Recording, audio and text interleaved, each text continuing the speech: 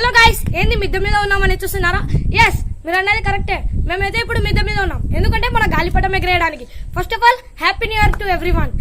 ఈ రోజు అయితే వెనస్డే, January 1st. అండ్ మా ఇంట్లో అయితే ఒక పిచ్చుక వచ్చి 2 పిల్లలను అయితే పెట్టింది. ఆ గుడ్లు పలిగి ఈ రోజు అయితే బయటకు వచ్చాయి. So I'm very happy. And ఇప్పుడైతే మేము గాలిపటం అయితే ఎగరేస్తున్నాం. ఫస్ట్ ఆఫ్ ఆల్ మేమైతే గాలిపటం ఎగరేయడానికి ఈ ప్లేస్ దగ్గర అయితే వెళ్ళాము, కనపడుతుందా మీకు? అండ్ ఇక్కడ చాలా త్వరగా అయితే గాలిపటం ఎగురుతుంది, ఎందుకంటే వెనకాల అన్ని క్రాప్ ఫీల్డ్స్ అనమాట, అంటే పొలాల నుండి చల్లని గాలి కూడా వస్తుంది. అండ్ మాకు అడ్డంగా ఏ అపార్ట్మెంట్ లేదు, ఏ ఇల్లు కూడా లేదు. సో గాలిపటం అయితే చాలా త్వరగా వెళ్ళిపోతుంది గాల్లో. సో ఇంకొకటి ఏంటంటే ఇక్కడ జాగ్రత్తగా ఉండాల్సింది ఏంటంటే, చాలా మంది ఇలా ఉన్న చోట, ఐ మీన్ ఇక్కడ నుండి నేను జారినాను అనుకోండి, కింద పడతాను.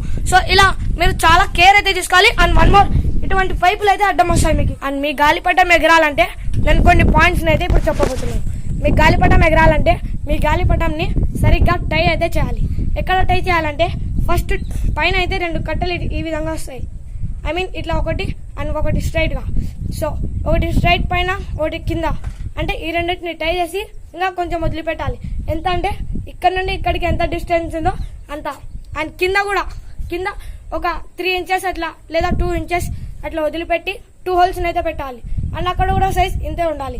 రెండింటిని జాయిన్ చేసి మధ్యలో ఒక తాడుని అయితే ఫిక్స్ చేయాలి, టై చేయాలి.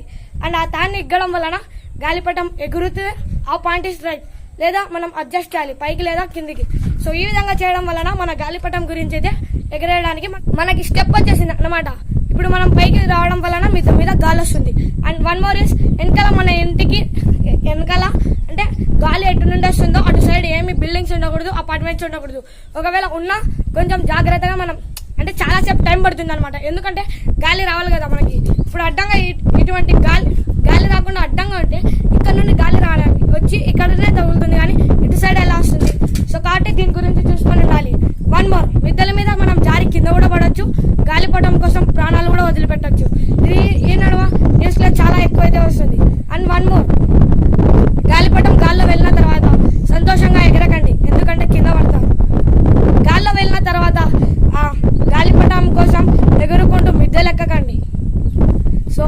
సో ఈ విధంగా చేయడం వలన పెద్దగా వెళ్తుంది, పైన రాకెట్ కూడా వెళ్తుంది చూడండి.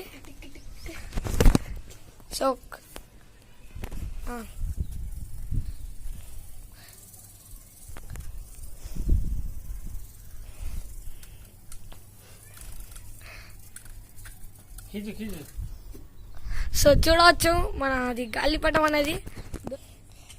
సో లైన్ గా ఒక్కొక్కరు మా రిలేటివ్స్ కి అండ్ కింద ఇంకా మా ఫ్యామిలీ మెంబర్స్ ఉన్నారు. సో వాళ్ళకి పిలిచి ఫీల్ చేయండి మీరు, అంటే దీన్ని పట్టుకోండి, మీకు ఎలా అనిపిస్తుంది, ఎప్పుడైనా ఎగరేసింటారా మీరు అని అడుగుదాం అనుకున్నా. కానీ వాళ్ళు మేము చిన్నప్పుడు చాలా మాటలు ఎగరేసినామని నాకు చెప్పారు. ఇప్పుడైతే కామ్గా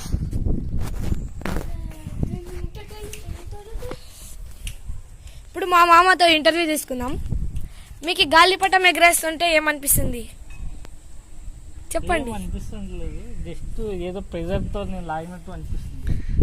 గాలిపటం దారము చేతులు కోసుకుపోయేటట్టు కొంచెం వెనక్కి రండి, చూసి జాగ్రత్తగా.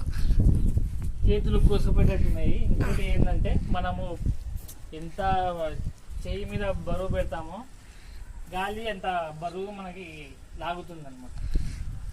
అంటే మీ ఒపీనియన్ లో గాలి మిమ్మల్ని లాగుతుంది, మీరు దారాన్ని పట్టుకున్నారు, మిమ్మల్ని లాగినట్టుగా అనిపిస్తుంది.